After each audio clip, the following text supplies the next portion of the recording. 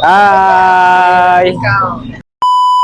Assalamualaikum guys. Okey, hari ni kita kedatangan artis guys daripada KL.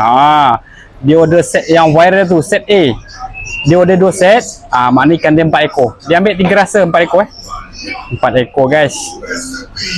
Ni artis daripada KL.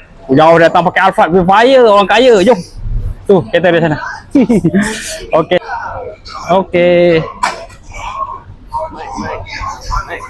Sini. Okey. Assalamualaikum. Akak order set A. Set A. Okey. Di mana datang ni? Datang sini. No, ambil rekod video. Tu. Sini bang. Sini boleh tak? Ada lagi? Okey.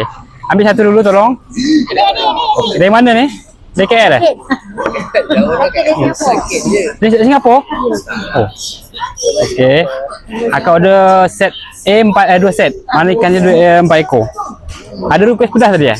Satu pedas. Di mana pedas? Yang pedas tu yang tak ada kerak, yang tak ada kubis tu pedas kak? Akak tengok TikTok ke? Ya, betul. Tengok TikTok guys. Akak ni daripada TikTok. Okey kak, lambai sikit kak masuk TikTok kak. Hai. Okey, mantap.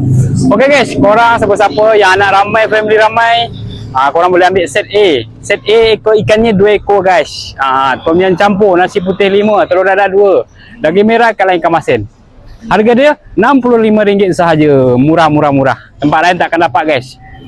Okey, ibu datang dekat mana? Restoran Jenur, Taman Sentek, Belatok 5 guys. Boleh search dekat Google YAYNUR. Okey, jemput datang. Bye bye. Assalamualaikum.